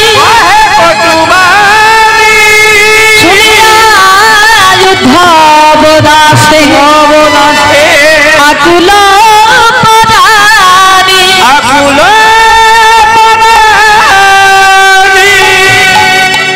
শ্রীরাম শ্রীরাম দুটি নয়ন জলে ভাসতে ভাসতে ভাই কানাইয়ের কাছে ফিরে এলেন। সমস্ত কথা ভাই কানাইয়ের কাছে খুলে বলল, কানাই তুই এমন জায়গায় পাঠালি, সেখানে গিয়ে তোর নামে নিন্দা শুনতে হলো, অন্য তো দিলই না, আবার তোর নামে কত খারাপ কথা শোনালো আমাদের কাছে, কেন পাঠালি ভাই? এমন জায়গায় যেখানে গেলে তোর নামে নিন্দা শুনতে হয়, যেখানে গেলে তোর নামে কটু বাণী শুনতে হয়, সেখানে তুই আমাদের কেন পাঠালি? শ্রীরাম শ্রীরাম কাঁদছেন, আমার গোবিন্দ শ্রীরাম শ্রীরামকে কাছে ডেকে জড়িয়ে ধরে নয়নের জল মুছিয়ে দিচ্ছে। ওরে শ্রীরাম, ওরে শ্রীরাম, অমন করে কাঁদিস না। ওই মুনিগণ বড় অহংকারী, ওই মুনিগণের বড় অহংকার। তারা আমার সেবা করবে বলে, আমার সেবা দেবে বলে তারা আজকে যজ্ঞ শুরু করেছে, কিন্তু আমি তাদের কাছে অন্ন চাইতে পাঠালাম, আমাকে অন্ন সমর্পণ করল না। তারা ভুলে গেল যে অহংকারে কখনো আমার সেবা দেওয়া যায় না। তারা বড় অহংকারী, তারা তো বড় অহংকারী। তারা ভুলে গেল যে অহংকারে নয়, অহংকারে আমাকে পাওয়া যায় না। কেউ যদি মন প্রাণ একত্রিত করে দুটি নয়নে জলে বুক ভাসিয়ে যদি কেউ আমার চরণে আত্মসমর্পণ করতে পারে, আমার সেবা দিতে পারে, আমি সেই সেবা গ্রহণ করি। হরি বল। ওই যে একদিন নারদ মুনি বললেন না যে প্রভু ভক্ত তোমাকে কি দিয়ে সেবা দেয় গো, যার জন্য তুমি ভক্তের কাছে ছুটে ছুটে যাও? ভগবান বললেন, নারদ, ভক্ত যদি আমায় একটু ফল দেয়, আমি সেই ফল গ্রহণ করে থাকি। প্রভু, ভক্তের কাছে যদি ফল না থাকে তবে তোমায় কি দেবে? ভক্তের কাছে যদি ফল না থাকে, সেই ভক্ত যদি আমায় একটা ফুল দেয়, আমি সেই ফুল গ্রহণ করে থাকি। দয়াময়, আচ্ছা ভক্তের কাছে যদি ফুলও না থাকে তবে তোমায় কি দেবে? বলে ভক্তের কাছে যদি ফুলও না থাকে, সেই ভক্ত যদি আমায় একটা তুলসী পত্র দেয়, আমি সেই তুলসী পত্র গ্রহণ করে থাকি। দয়াময়, ভক্তের কাছে যদি তুলসী পত্র না থাকে তবে তোমায় কি দেবে গো? বলে ভক্তের কাছে যদি তুলসী পত্র না থাকে, সেই ভক্ত যদি আমায় এক গণ্ডূষ গঙ্গা জল দেয়, আমি সেই গঙ্গা জল গ্রহণ করে থাকি। দয়াময়, ভক্তের কাছে যদি গঙ্গা জল না থাকে, তবে তোমায় কি দেবে গো? ভগবান বললেন, নারদ তুমি কি জানো না, তুমি কি জানো না নারদ, আমি প্রত্যেকটি জীবের দেহে একটি করে গঙ্গা আর একটি করে যমুনা দিয়েছি, যা হলো ভক্তের দুটি নয়ন। কোন ভক্ত যদি মন তুলসী নিবেদন করে আমার চরণে দুফোঁটা নয়নের জল অর্পণ করতে পারি, আমি সেই ভক্তের চরণে আমার মন প্রাণ সব কিছু বিক্রয় করে দিই। কারণ আমি সব কিছু সইতে পারি, কিন্তু আমি দুটি জিনিস সইতে পারি না। এক হলো ভক্তের অহংকার, আর দুই হলো ভক্তের নয়নের জল। তার প্রমাণ মহাভারতের কৃষ্ণ।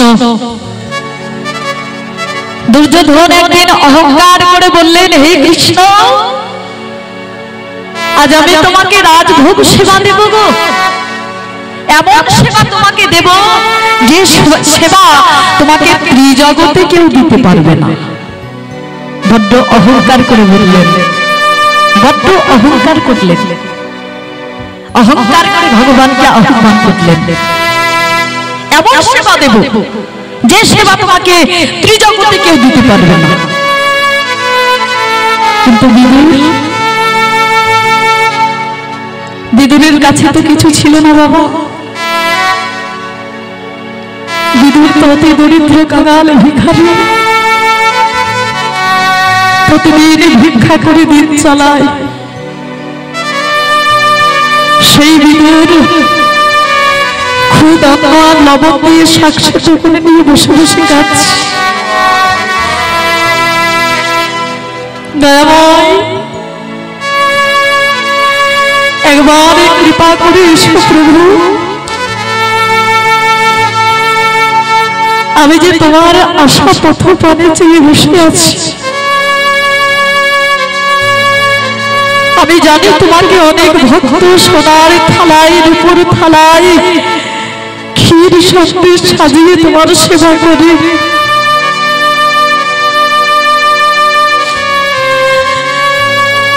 আমার তো সে ক্ষমতা নেই প্রভু।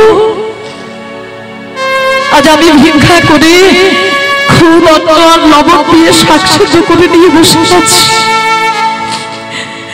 একবার কৃপা করে এসো প্রভু, একবার কৃপা করে এসে একবার আমার সেবা গ্রহণ করে যাও। বিদুর দুটি নয়ন মন্ত্রিত করে কাঁদছে আর ভগবানকে ডাকছে,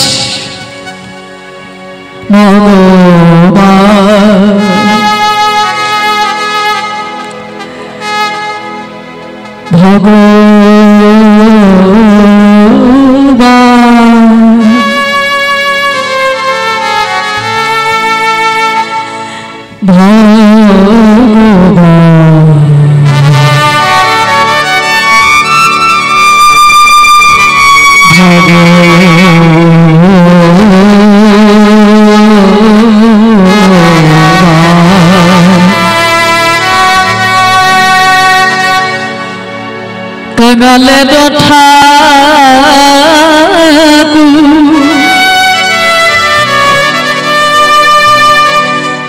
নামটি তোমার যার কেহ না,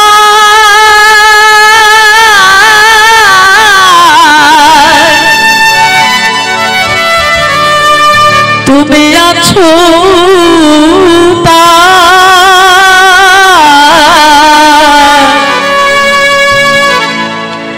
কাঙালের ঠাকুর নামটি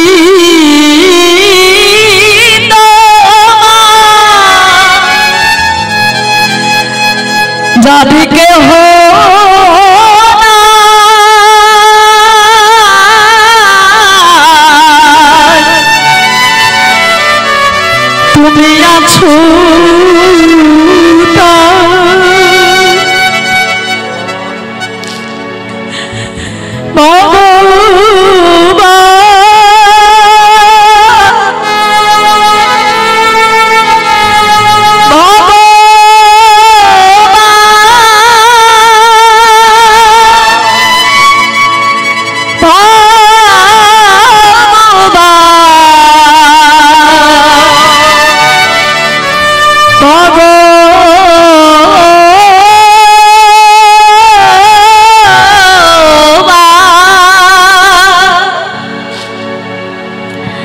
দুটি নয়ন মুদ্রিত করে বিদুর কাঁদছে আর দুটি নয়ন জলে ভেসে যাচ্ছে।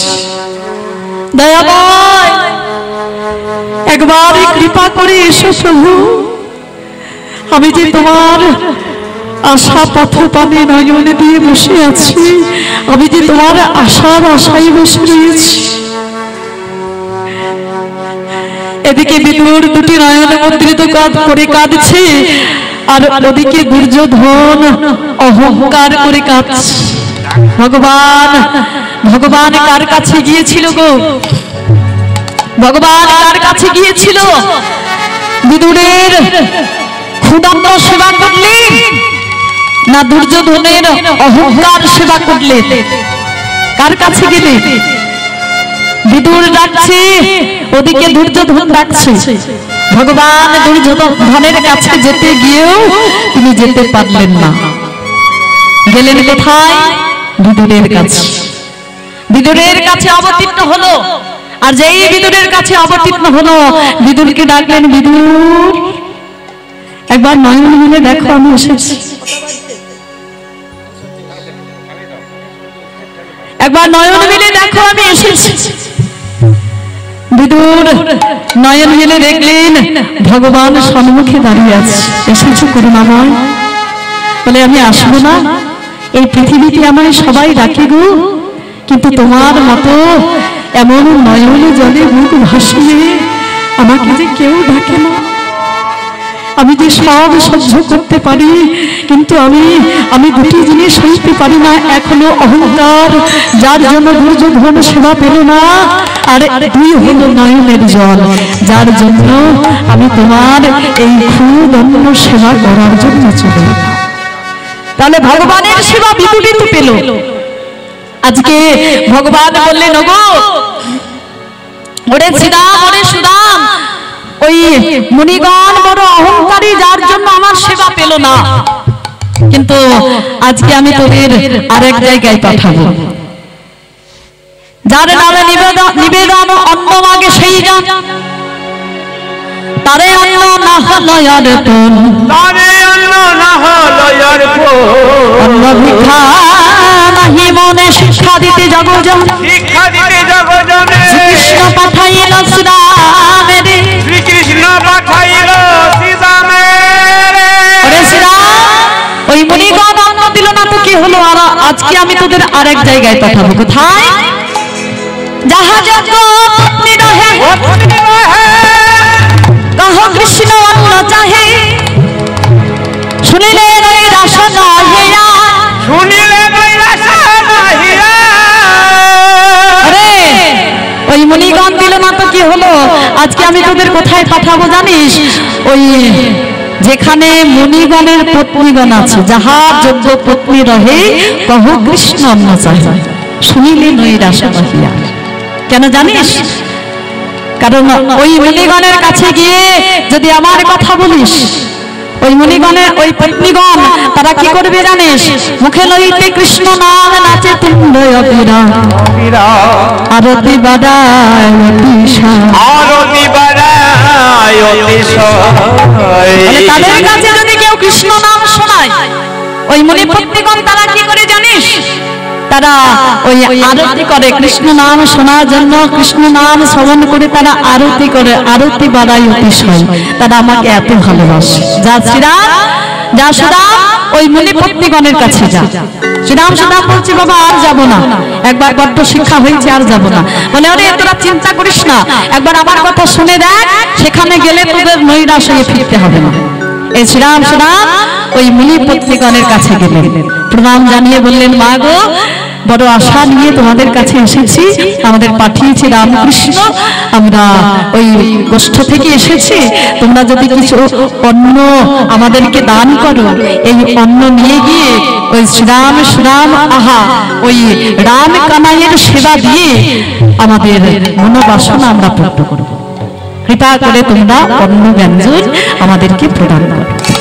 আর যে রাম কৃষ্ণ নাম শ্রবণ করেছে, কৃষ্ণ নাম শ্রবণ করে মনে পত্নীগণ আজ মনের আনন্দে নৃত্য করতে শুরু করলেন। আরতি করছে শ্রীরাম সুদামের, মনের আনন্দে নৃত্য করছে আর শ্রীরাম সুদামের আরতি করছে। এবারে শ্রীরাম সুদামকে বললেন, ওগো শ্রীরাম, ওগো সুদাম, তোমরা একটু অপেক্ষা করো, আমরা তো জানি না রাম কানাই কোথায় আছে, আমরা অন্ন ব্যঞ্জন সাজিয়ে আমরা তোমাদের সঙ্গে যাব। এবারে অন্ন ব্যঞ্জন সাজিয়ে নিলেন।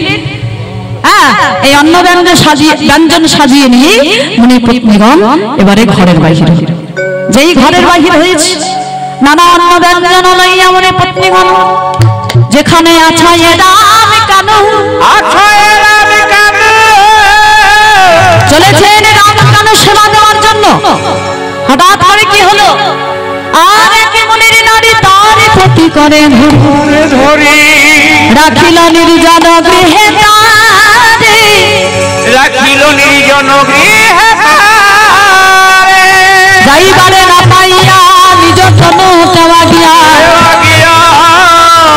শ্রীকৃষ্ণ ভেটিল দেহান্তরে, শ্রীকৃষ্ণ ভেটিল দেহান্তরে।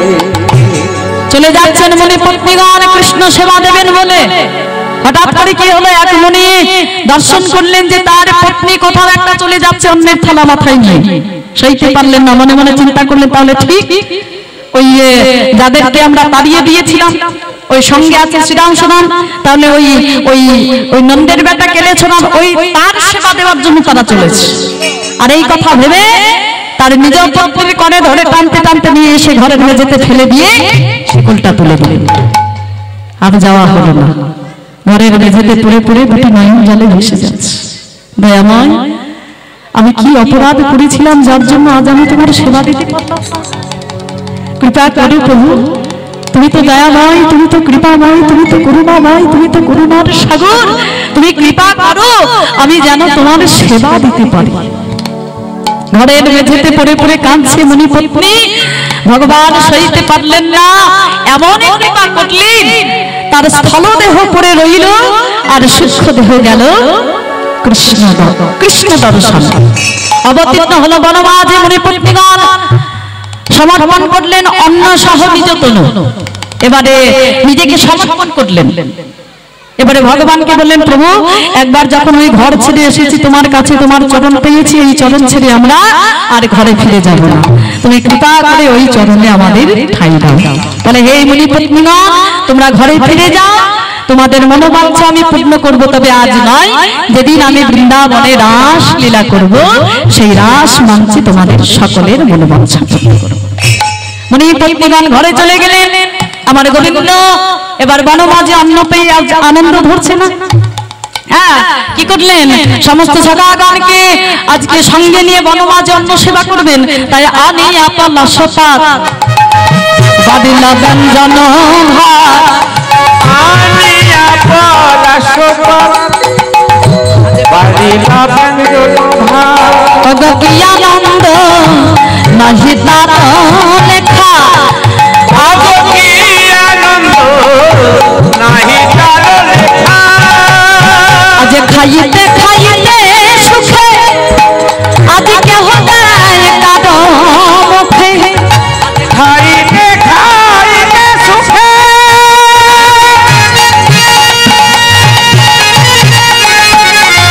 কেহ দেয় কারো মুখে। বনভোজন রস গেলি আজ বনভোজন রস গেলি। এবারে সখাগণ কি বলেছে, বনমাঝে অন্ন সেবা করবে, তাই পলাশ পাতা নিয়ে এসে সুন্দর করে অন্ন ব্যঞ্জন সাজিয়েছে, সেবা করছে সখাগণ। আর সেবা করতে করতে যে ব্যঞ্জনটা সুস্বাদু, মানে খেতে ভালো লাগছে, সেই ব্যঞ্জনটা আমাদের ভাই কানাইয়ের বদনে তুলে দিচ্ছে। ওরে কানাই, একবার খেয়ে দেখ, কত সুস্বাদু দেখ। আজকে মনের আনন্দে সেবা করছে বনমাঝে। সেবা হলো, আজ মন করলে। এবারে দেখুন মাইরা, মধ্যাহ্নকালে অন্ন সেবা করার পরে একটু কি মন চাইব? অনেকে এখানে সে কাজটা করছে, এই দেখো মাঝে মাঝে বসে বসে মানে মধ্যাহ্নকালে সেবা করেছে, তো একটু ঘুম পেয়ে গেছে। তো এবারে বনমাঝে সখাগণ সেবা করেছে মধ্যাহ্নকাল। এবারে সেবা করে মনে মনে চিন্তা করছে, ভাই কানাইকে যদি আরেকটু সুখ দিতে পারতাম। আরেকটু সুখ দেওয়ার জন্য কি করলেন, ওই সুন্দর সুন্দর নবীন নবীন পাতা, মানে নতুন নতুন পাতা নিয়ে এসে সুন্দর করে একটা সজ্জা বানিয়েছে। এই ভাই কানাইকে বলছে, কানাই একটু শয়ন কর, এই সজ্জার মধ্যে শয়ন কর, দেখ আরো ভালো লাগবে। এবারে যেই গোবিন্দ আমার শয়ন করেছে, সখাগণ কি করেছে, আজকে এই গোবিন্দ চরণ সেবা করতে শুরু করেছে, পদ সেবা করছে। এবারে বলরাম দেখলেন, এই যা সখাগণ তো পদ সেবা করতে শুরু করেছে, এরকম করলে তো হবে না। এবারে বলরাম কি করেছে, এই কানাইকে বলছে, এই কানাই ওই সখাগণের পদ সেবা নিতে হবে না, আয় আমার কোলে উঠে আয়, তোকে কোলে নিয়ে আমি একটু নৃত্য করব। এই দাদা বলরাম কি করেছে, ওই ভাই কানাইকে ওই শয়ন থেকে তুলে নিয়ে ওই কোলে নিয়ে মনের আনন্দে নৃত্য করতে শুরু করেছে। এবারে সখাগণ এই যে ভাই কানাইকে কোলে নিয়ে দাদা বলরাম নৃত্য করছে, সখাগণ আর স্থির হয়ে থাকতে পারলেন না। তারা ওই দাদা বলরামের সঙ্গে আজকে নৃত্য করতে শুরু করেছে, তাদেরও আনন্দ ধরছে না। সখাগণ বললেন, ওরে কানাই, তোর মতো বন্ধু শুধু এই জন্মে নয়, আমরা যেন প্রতি জন্ম জন্মান্তরে পাই। রাম কানাই রাম কানাই রাম কানাই রাম, জন্মে জন্মে পাই যেন কানাইয়ের মতো ভাই। গাই কানাই রাম গাই বল হরি বল। কানাই রাম, জন্মে জন্মে পাই যেন কানাইয়ের মতো ভাই। রাম কানাই রাম কানাই রাম কানাই রাম, আজ জন্মে জন্মে পাই যেন কানাইয়ের মতো ভাই।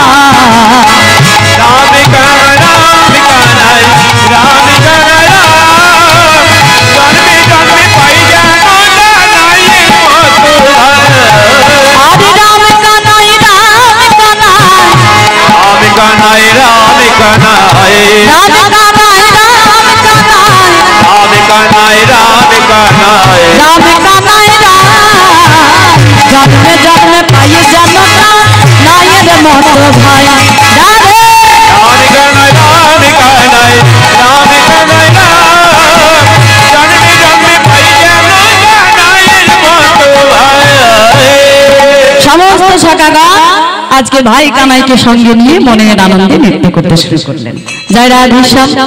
পরবর্তী সম্প্রদায় চলে এসেছে, আমাদের বলা একটু সময় চেয়ে নিচ্ছি। আসরে আসার আগে বলেছেন একটা ভজন গাইতে, ছোট করে একটা ভজন গাইতে গাইতে আমরা বিদায় নেব। তবে আপনারা কেউ চলে যাবে না, পরবর্তী সম্প্রদায় এসে গেছে, পরবর্তী লীলা আস্বাদন করবেন। চলো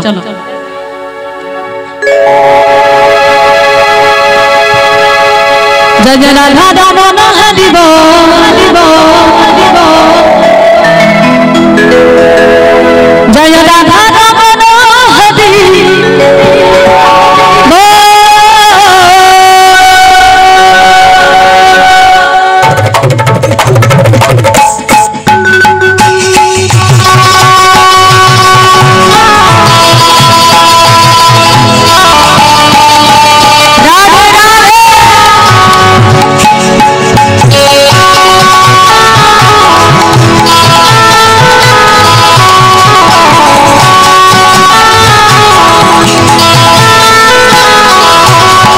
জয় রাধা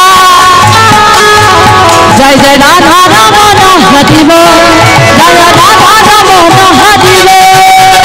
জয় রাধা রমন হরি বল, জয় রাধা রমন হরি বল। হরি বল হরি বল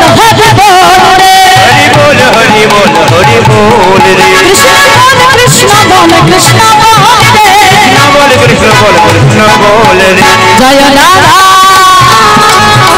জয় জয় রাধা রমন হরি বল জয় রাধা রমন হরি বল জয় রাধা রমন হরি বল জয় রাধা রমন হরি বল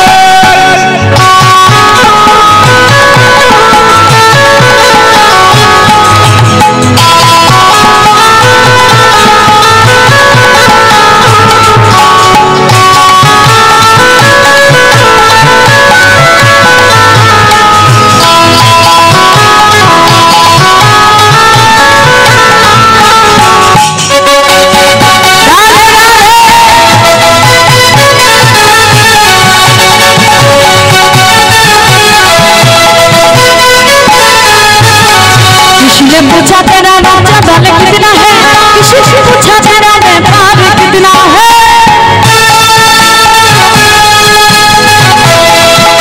किसी ने पूछा तेरा राजा बल कितना है किसी से पूछा तेरा व्यापार कितना है मगर किसी ने ना पूछा ईश्वर से प्यार कितना है राधा रमन हरि बोल जय राधा रमन हरि बोल